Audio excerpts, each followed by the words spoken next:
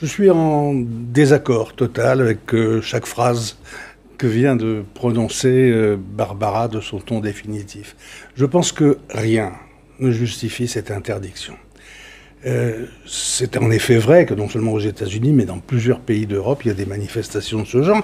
C'est vrai aussi qu'il y a eu des incidents du genre de ceux que vous avez rappelés dans des manifestations précédentes. Mais on n'a pas le droit, quand on est ministre de l'Intérieur, de prêter, avant qu'elle ait lieu, des intentions à une manifestation. Lorsqu'il nous dit que... Pendant que vous allez parler, Roland, pour que les choses soient claires, on va voir.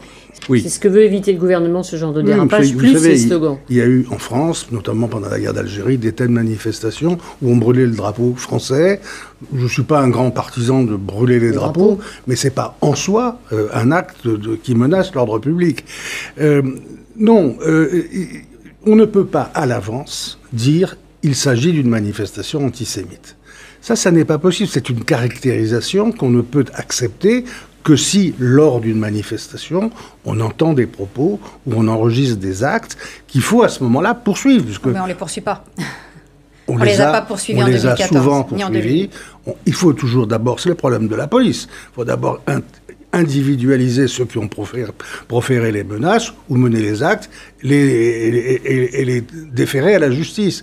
Mais ne faisons pas comme s'il n'y avait pas les moyens de surveiller une manifestation. On le fait assez fortement et parfois assez durement pour le faire pour celle-là. Je trouve que la défense des libertés publiques est quelque chose de fondamental. Et je l'ai dit 100 fois. Et au nombre des libertés publiques, il y a celle de manifester. Alors, on ne peut pas avoir... C'est la position de Barbara Lefebvre en général. La défense absolue des libertés publiques et du droit de manifester. Mais voilà, certains de ces principes, elle trouve qu'on peut les mettre entre parenthèses quand les causes qui sont défendues ne sont pas les siennes.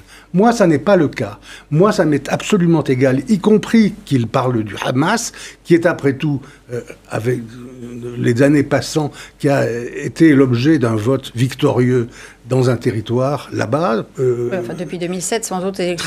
Très bien. Mais enfin, voilà, l'ignorer est aussi une absurdité politique. Mais en tout cas, sur le plan du droit, ça me paraît absolument dangereux de se mettre à interdire des manifestations. Et j'entends tout à fait ce que... On ne peut pas décider à l'avance que tel ou tel est antisémite et va commettre des actes répréhensibles. C'est absolument impossible.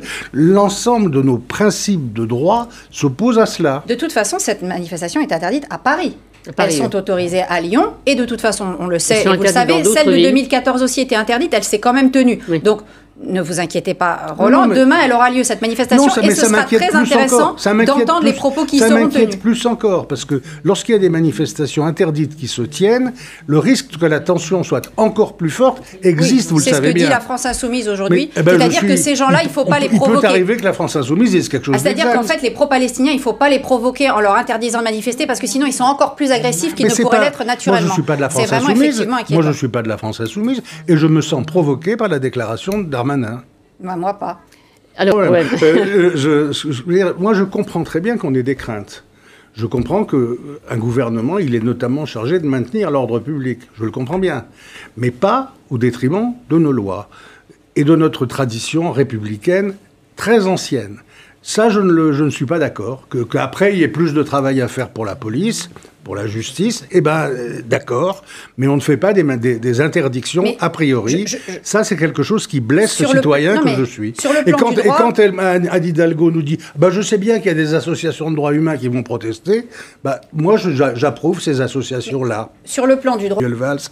Qui confondent sans arrêt l'hostilité à la politique de l'État sioniste, de l'État juif, et l'antisémitisme. C'est trop facile. Dès l'instant qu'aujourd'hui, quiconque lève le petit doigt pour dénoncer en quoi que ce soit la politique d'Israël, il est dénoncé comme antisémite, notamment par des gens comme Manuel Valls. Ça, vraiment, je trouve que c'est inacceptable. Oui, mais là, en l'occurrence, il s'agit d'une manifestation... On doit absolument avoir le droit de défendre les intérêts des Palestiniens, de critiquer l'État d'Israël dans sa politique, voire de critiquer l'existence même du sionisme. Il ne faut quand même pas mélanger cela avec l'antisémitisme. Critiquer l'existence même du sionisme, ça pose quand même un certain nombre de questions d'ordre historiographique sur lesquelles il faudrait que certains se penchent, parce que le sionisme n'est pas né après la Seconde Guerre mondiale. Antisionisme égale antisémitisme. Non, là-dessus je suis d'accord, Roland.